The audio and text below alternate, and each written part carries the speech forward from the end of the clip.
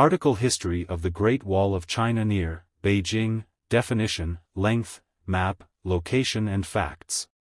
Subscribed by my YouTube channel, Golden Words. Great Wall of China, Great Wall of China, extensive bulwark erected in ancient China, one of the largest building construction projects ever undertaken. The Great Wall actually consists of numerous walls, many of them parallel to each other, built over some 2 millennia across northern China and southern Mongolia. The most extensive and best-preserved version of the wall dates from the Ming dynasty, 1368 to 1644, and runs for some 5,500 miles, 8,850 kilometers east to west from Mount Hu near Dandong, southeastern Liaoning province, to Jiayu Pass west of Jiuquan, northwestern Gansu province. This wall often traces the crestlines of hills and mountains as it snakes across the Chinese countryside, and about 1/4 of its length consists solely of natural barriers such as rivers and mountain ridges. Nearly all of the rest, about 70% of the total length, is actual constructed wall, with the small remaining stretches constituting ditches or moats. Although lengthy sections of the wall are now in ruins or have disappeared completely, it is still one of the more remarkable structures on Earth. The Great Wall was designated a UNESCO World Heritage Site in 1987. Explore China's iconic cultural monument, the Great Wall of China. Large parts of the fortification system date from the 7th through the 4th century BCE. In the 3rd century BCE, Shi Huangdi, Qin Shi Huang, the first emperor of a united China, under the Qin dynasty, connected a number of existing defensive walls into a single system. Traditionally, the eastern terminus of the wall was considered to be Jiayu Pass, Shanhaiguan, in eastern Hebei province along the coast of the Bohai, Gulf of Chile, and the wall's length, without its branches and other secondary sections, was thought to extend for some 4,160 miles, 6,700 kilometers. However, government-sponsored investigations that began in the 1990s revealed sections of wall in Liaoning. And aerial and satellite surveillance eventually proved that this wall stretched continuously through much of the province.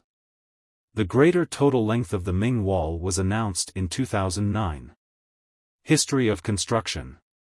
The Great Wall developed from the disparate border fortifications and castles of individual Chinese kingdoms. For several centuries these kingdoms probably were as concerned with protection from their near neighbors as they were with the threat of barbarian invasions or raids. Early building. Moon rising over the Great Wall of China. Moon rising, left background, over the Great Wall of China. About the 7th century BCE the state of Chu started to construct a permanent defensive system. Known as the Square Wall, this fortification was situated in the northern part of the kingdom's capital province. From the 6th to the 4th century other states followed Chu's example.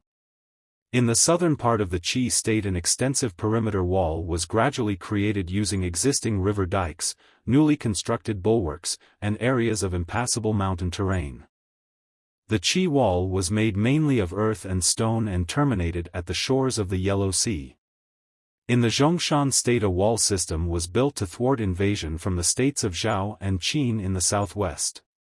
There were 2 defensive lines in the Wei state, the Heshi, west of the Yellow River, and Hunan, south of the river, walls.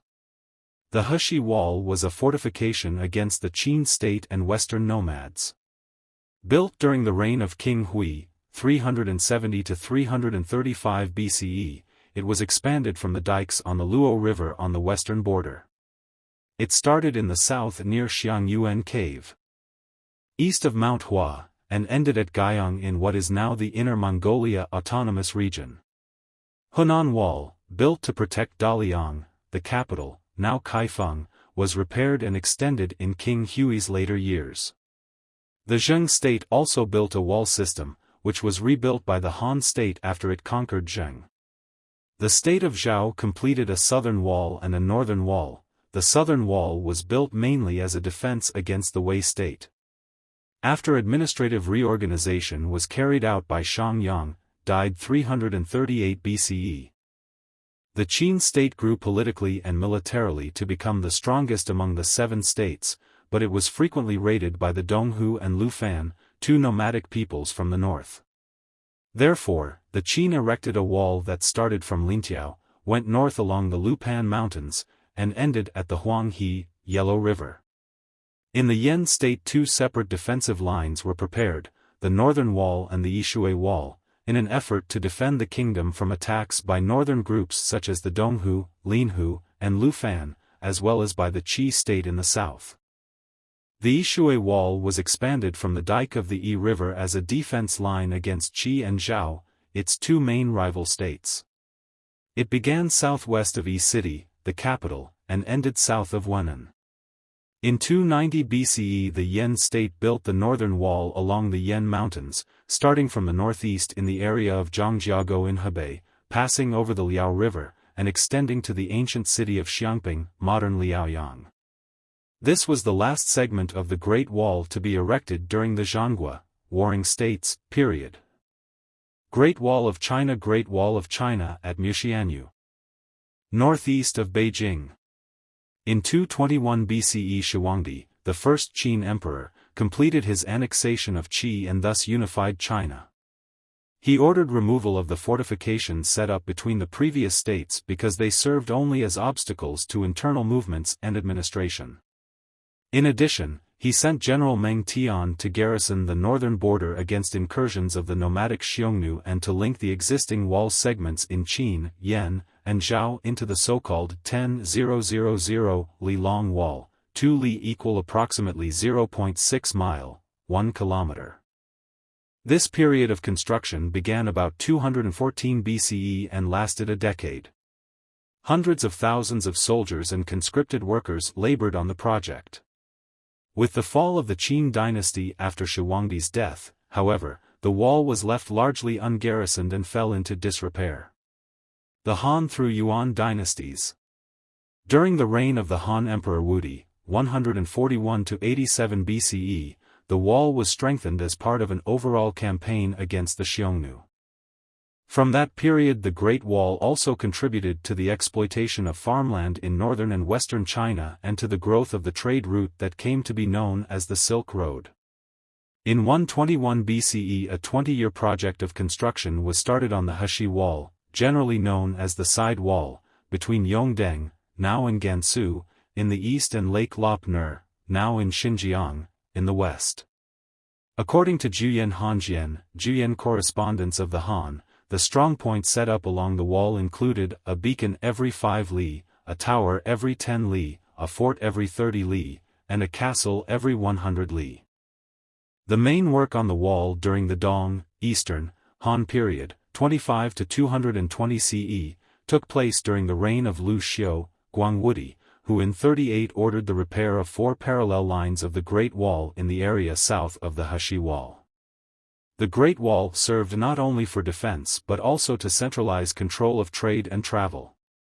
During the Bei, Northern, Wei dynasty, 386-534/535 CE, the Great Wall was repaired and extended as a defense against attacks from the Wanwan and Khitan tribes in the north. According to Wei Shu, Mingyuandi Ji, History of Wei, Chronicle of Emperor Mingyuan.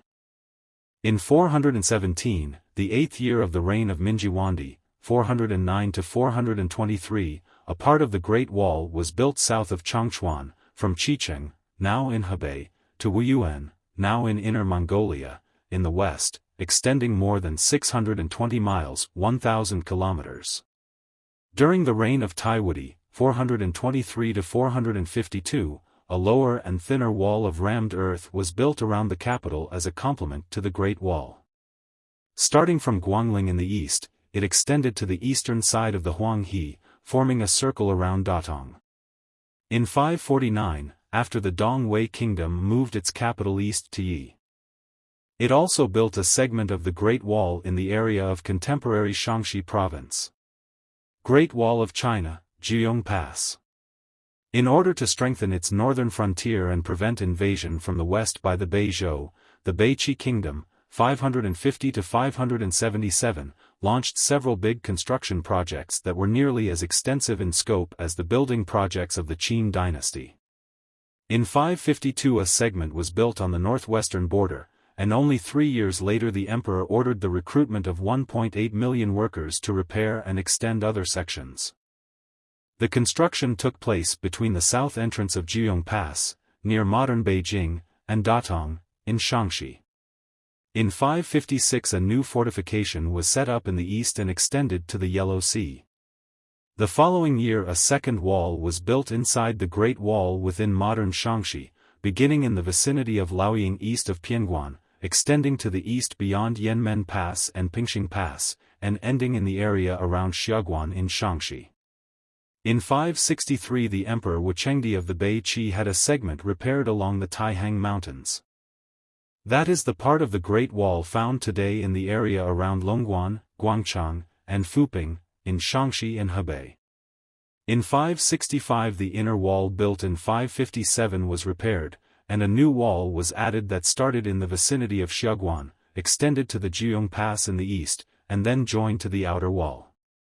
The segments repaired and added during the Bei Qi period totaled some 900 miles, 1,500 kilometers, and towns and barracks were established at periodic intervals to garrison the new sections. In 579, in order to prevent invasions of the Beizhou kingdom by the Tujue, a group of Eastern Turks, and the Khitan, the Emperor Jing started a massive rebuilding program on areas of the wall located in the former Bei Qi kingdom, starting at Yanmen in the west and ending at Jishi in the east.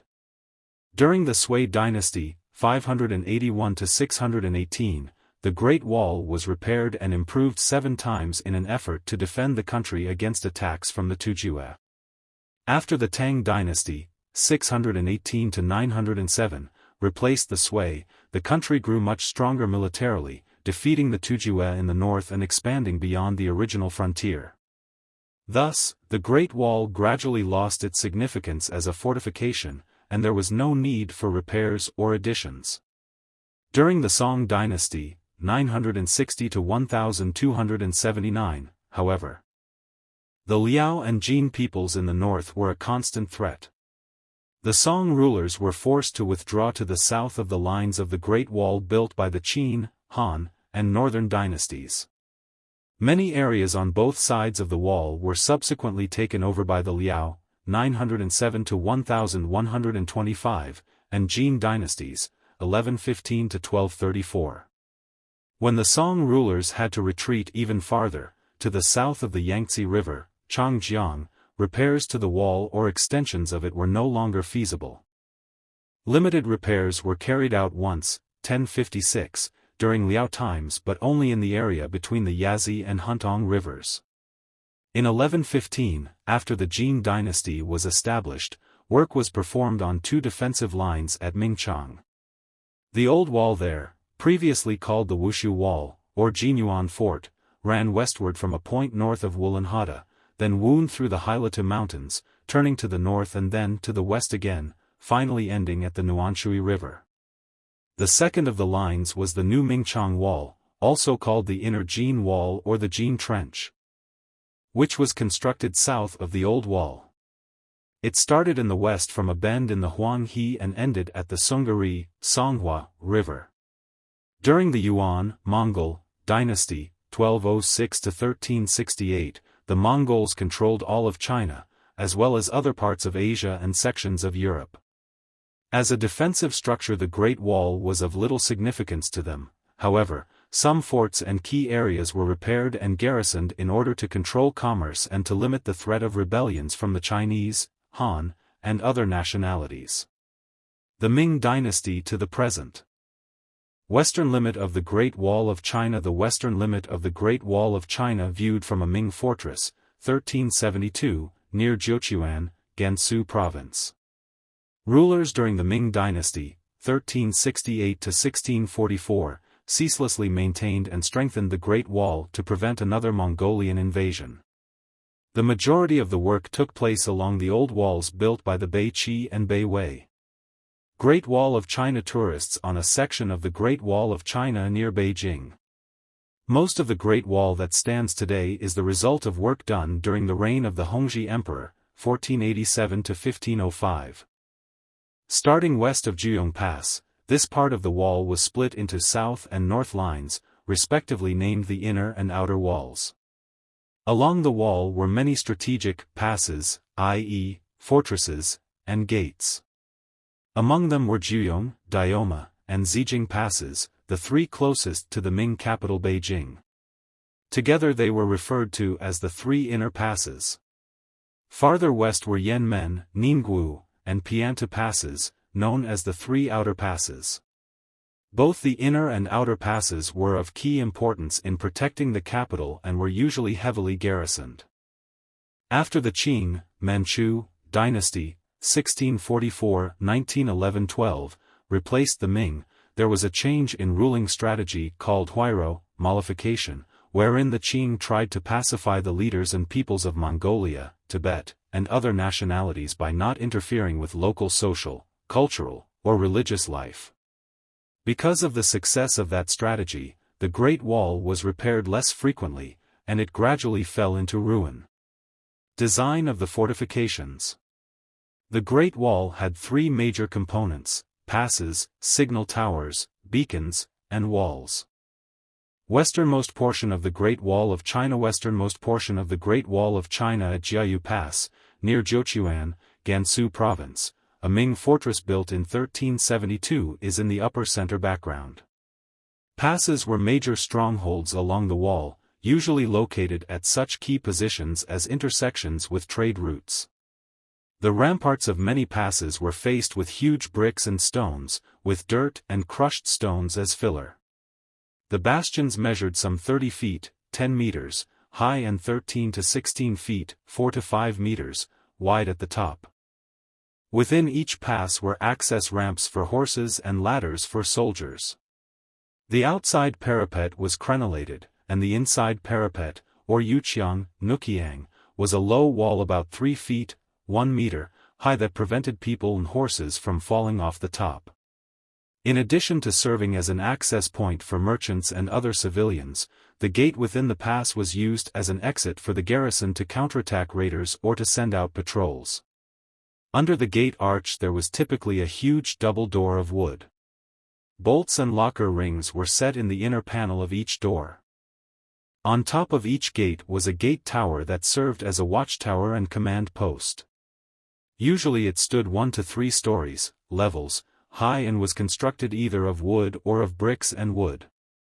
Built outside the gate, where an enemy was most likely to attack, was a wengcheng, a semicircular or polygonal parapet that shielded the gate from direct assault. Extending beyond the most strategic wengchengs was an additional line of protection, the luocheng, which was often topped by a tower used to watch those beyond the wall and to direct troop movements in battles waged there. Around the gate entrance there was often a moat that was formed in the process of digging earth to build the fortifications. Signal towers. Signal towers were also called beacons, beacon terraces, smoke mounds, or kiosks.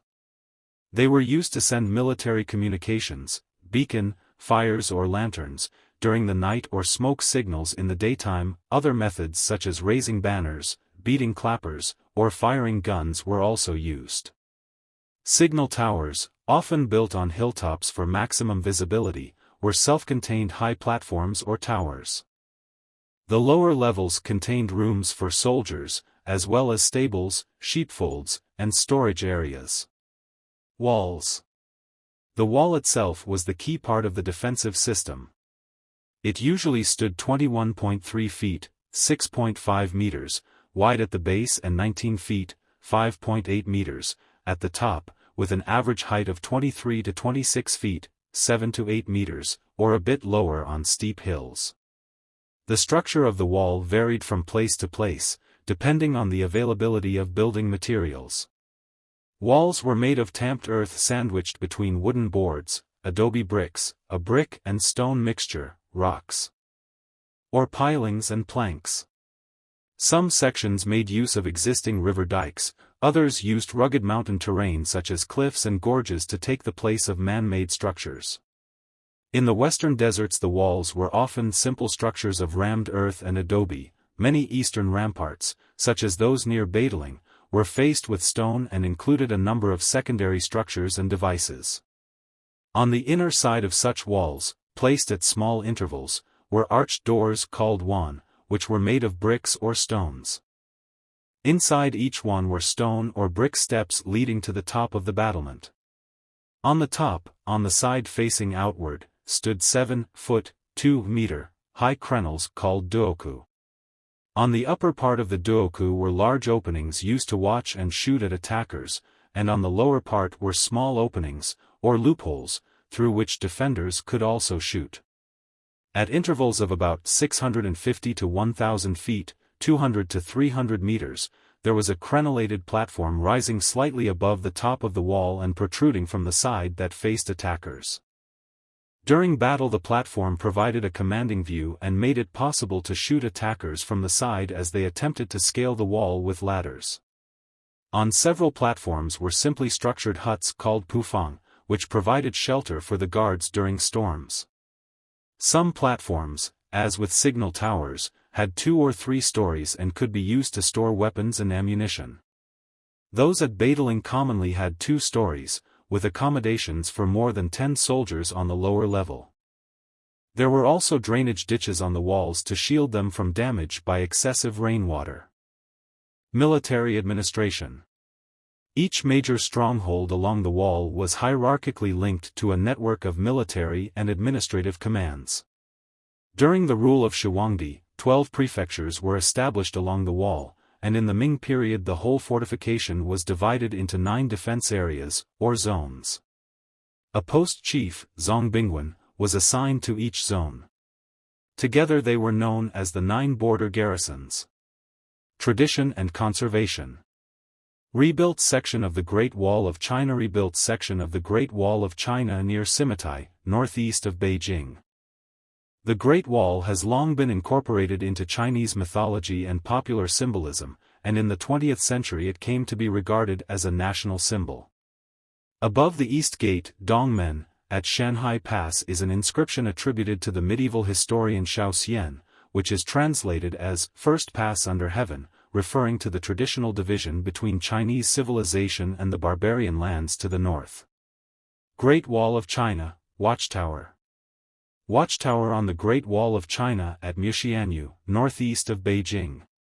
Despite the wall's cultural significance, roadways have been cut through it at several points, and vast sections have suffered centuries of neglect. In the 1970s a segment near Simitai, 68 miles, 110 kilometers, northeast of Beijing, was dismantled for building materials, but it was subsequently rebuilt. Other areas have also been restored, including just northwest of Jiayu Pass at the western limit of the wall, at Jiayu Pass, some 105 miles, 170 kilometers, north of Tianjin, and at Mixianyu, about 55 miles, 90 kilometers, northeast of Beijing. The best-known section, at Badaling, 43 miles, 70 kilometers, northwest of Beijing, was rebuilt in the late 1950s. It now attracts thousands of national and foreign tourists every day.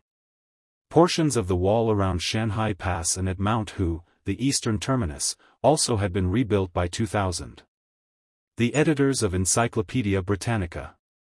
This article was most recently revised and updated by Adam Augustin.